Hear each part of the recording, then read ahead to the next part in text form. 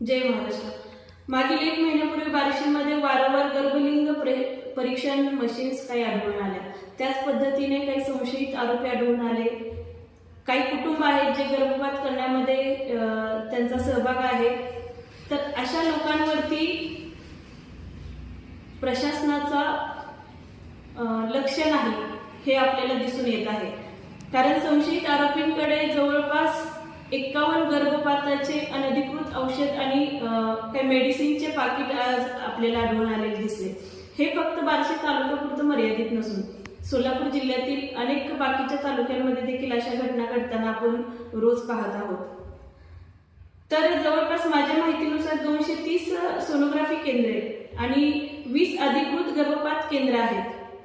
शासन स्तरावरती प्रत्येक 3 महिन्याला या केंद्रांची तपासणी होणे हे बंधनकारक आहे।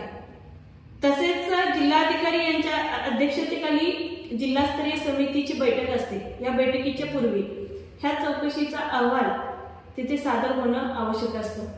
परंतु माझ्या माहितीनुसार जिल्हा सिव्हिल सर्जन यांच्या कार्यालयाकडून अद्याप हा अहवाल सादर झालेला दिसत नाही। मग विषय हा येतो की अशा अनधिकृत गर्भपातामध्ये स्वतः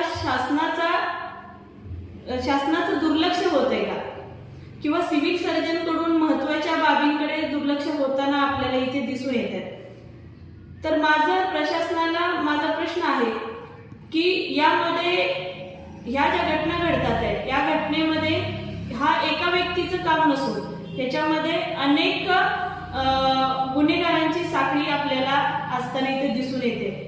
कारण अशा प्रकारची औषध पुरवठा करणाऱ्या कंपन्या, त्या कंपन्या कोणत्या आहेत, अशा प्रकारचे मध्यस्थी कोण आहेत, त्याच्यामध्ये जे आरोपी आढळून आले त्यांची सखोल चौकशी झाली आहे का, ती झाली असेल तर त्याची माहिती प्रशासन लेवलला आम्हाला मिळणं गरजेचं आहे।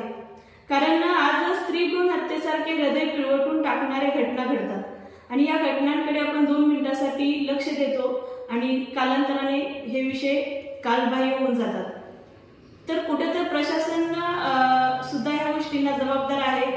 म्हणून अद्याप जो अहवाल सादर व्हायला पाहिजे तो अहवाल सादर न झाल्यामुळे येत्या 26 तारखेला आझाद मैदान येथे या घटनांचा निषेध म्हणून काळ्या फीत बांधून मी असेल, काही NGO असतील, समाजसेवक असतील, असे आम्ही सर्वजण एकत्र येऊन काळी फीत बांधून या घटनेचा आम्ही निषेध व्यक्त करणार आहोत। जय महाराष्ट्र।